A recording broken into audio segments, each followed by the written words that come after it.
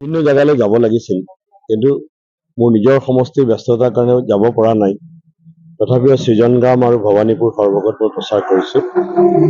আৰু ভৱানীপুৰ সৰ্বগলৈ আহি মোৰ ধাৰণা হৈছে যে CPM প্ৰাৰ্থী মনোৰঞ্জন তালুকদাৰ আমাৰ ঐক্য মঞ্চৰ সমৰ্থিত ভাল ভোটৰ ব্যৱধানত তেওঁক ৰাইজে বিধানসভালৈ পুনৰ নিৰ্বাচিত কৰি পঠাব বুলি মোৰ ধাৰণা হৈছে। মুখতহে কয় সবকা সাথ সবকা বিকাশ সবকা বিশ্বাস, তেওঁৰ চৰকাৰৰ দিনত তেওঁ सबका साथ और हो थका नहीं, सबका विश्वास हो थका नहीं, सबका विकास हो थका नहीं। कुछ लोगों का विकास हो रहा है, कुछ लोगों का विश्वास मिल रहा है। आज इजराइलर লগত গৈছে, কেনেকে সকলৰ বিশ্বাস হ'ব?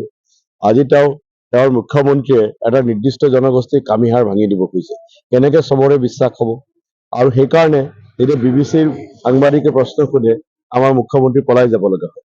প্ৰধানমন্ত্ৰী মুখ্যমন্ত্ৰী এখেতসকলে সংবিধানৰ নামত শপত গ্ৰহণ কৰে, কিন্তু সেই শপত ৰক্ষা কৰিব পৰা নাই। তেওঁলোকে সংবিধানৰ প্ৰতি ৰুকুটি দেখুৱাইছে, বুঢ়া আঙুলি দেখুৱাইছে। আৰু মই ভাবো যে এই নিৰ্বাচনত তেওঁলোকে সংবিধানক যি পদে পদে অপমান কৰিছে তাৰ সঠিক প্ৰত্যুত্তৰ অসমৰ ৰাইজে এই নিৰ্বাচনত দিব। চেয়াৰমান আলী ডাঙৰীয়াটো হয়ে প্ৰিন্সিপালক অশ্লীল অশ্ৰাব্য ভাষাৰে গালিগালাজ কৰে। তেওঁ নিজে তেওঁৰ দলৰ কৰ্মীসকলে ভঙা ষ্টেজ ভাঙি পৰিলে তেওঁ বেলেগক সমালোচনা কৰে। আৰু ষ্টেজটো বনাওঁতে চাব লাগে, ভালকে বনাব লাগে। তেওঁ বেলেগক সমালোচনা কৰে, তেওঁ সাংবাদিকসকলৰ লগত সহযোগ নকৰে। সংবাদ মাধ্যম গণতন্ত্ৰৰ চতুৰ্থ স্তম্ভ। সংবাদ মাধ্যমৰ ওপৰত কৰা কোনো আক্ৰমণক কোনো কাৰণত সমৰ্থন কৰিব নোৱাৰে। তেওঁৰ দলৰ লোকসকলে সেই আক্ৰমণ কৰিছে। আৰু মানুহৰ ভদ্ৰতাও থাকিব লাগে, শিষ্টাচাৰ থাকিব লাগে। চেয়াৰমান আলী ডাঙৰীয়াই কোনো ভদ্ৰতা শিষ্টাচাৰ ৰক্ষা নকৰে। কালি তেওঁ হিমন্ত বিশ্ব শৰ্মাক ভয় কৰে। চেয়াৰমান আলী ডাঙৰীয়াই কিন্তু হিমন্ত বিশ্ব শৰ্মাক ঠিকে ভয় কৰে। হিমন্ত বিশ্ব শৰ্মাৰ বিৰুদ্ধে ক'বলৈ তেওঁৰ সাহস নহয়। তেওঁ এতিয়া নিৰ্বাচন আহি গৈছে কাৰণে দুটা এটা কথা কয়। বিধায়ক থাকোঁতে তেওঁ কেতিয়াও নকলে, চুপচাপ থাকিলে। হিমন্ত বিশ্ব শৰ্মাৰ বাধ্য ছাত্ৰ হৈ হিমন্ত বিশ্ব শৰ্মাই বৰং তেওঁক বিধানসভাত ধমকি দিছিল যে তেওঁ ইচ্ছা কৰিলে বিধায়ক পদ বাতিল কৰিব পাৰে। সেইদিনা কিন্তু তেওঁ হিমন্ত বিশ্ব শৰ্মাক উভতি ধৰিব পৰা নাছিল। গতিকে চেয়াৰমান আলী ডাঙৰীয়া হৈছে বতৰৰ ফল। তেওঁ কেতিয়াবা ইফালে যাব, কেতিয়াবা সিফালে যাব। UDFৰ পৰা জিকি কংগ্ৰেছ আহিব, কংগ্ৰেছৰ পৰা জিকি UDF হৈ ৰাইজৰ দল হৈ তৃণমূল গৈ পাইছে। জানিছে, তেওঁ বুজি পাইছে যে তেওঁ এই নিৰ্বাচনত তেওঁৰ সমস্যা আছে।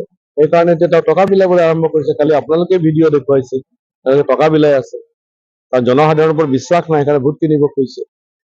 কিন্তু চেয়াৰমান আলী টকাও ৰাইজে ল'ব, ভোট কিন্তু আব্দুল খালেকক দিব। মই জানো টকা লৈছে, কোনোবাই লওক, মোৰ আপত্তি নাই, টকাবিলাক লৈ থাকক। কাৰণ চেয়াৰমান আলীয়ে 15 বছৰে যিখিনি অৰ্জন কৰিলে, কেতিয়াবা মাটিৰ দলালি কৰি অৰ্জন কৰিছে, বিধায়ক হৈ অৰ্জন কৰিলে, সেইবিলাক ৰাইজে যদি লয় মই কিয় বেয়া পাম? কৰিছে মই নাজানো দেই, কিন্তু এজন ৰেঞ্জাৰৰ 8 মাটি কেনেকে থাকিব? ৰেঞ্জাৰটোতো ইমান ডাঙৰ পদ নহয়। ৰেঞ্জাৰ, ফৰেষ্টৰ ৰেঞ্জাৰটো ইমান ডাঙৰ পদ নহয়। 8 মাটি কেনেকে থাকিব? সেইটো হয়। তেওঁৰ মাজতে অস্বীকাৰ কৰিছে, মই শুনিছো তেওঁ চাকৰিৰ পৰা নিলম্বিত হৈছিল। সঁচা মিছা মই নাজানো, কিন্তু মই শুনিছো। সঠিক প্ৰত্যুত্তৰ তেওঁ দিব পাৰিব। আৰু যদি ৰাইজে মিছা কথা কৈছে, মই মিছা কথা কৈছো, মানহানি গোচৰ তৰিব লাগে। মই সাংসদ থাকোঁতে তেওঁ মোৰ বিৰুদ্ধে মিছা কথা কৈছিল, মই মানহানি গোচৰ তৰি থৈছো। গোচৰ চলি আছে, তেওঁ মোৰ বিৰুদ্ধে মানহানি গোচৰ তৰিব লাগে মই মিছা কথা ক'লে। চাওক, মন্দিয়া সমষ্টিৰ ৰাইজে মন বনাই লৈছে। তেওঁলোকে যেনেকে অসমত কংগ্ৰেছৰ চৰকাৰ হ'ব, কংগ্ৰেছ জোঁটৰ চৰকাৰ হ'ব, মন্দিয়াৰ ৰাইজে মই চাৰিওপিনে শুনিছো এবাৰ কংগ্ৰেছক জয়ী কৰিব।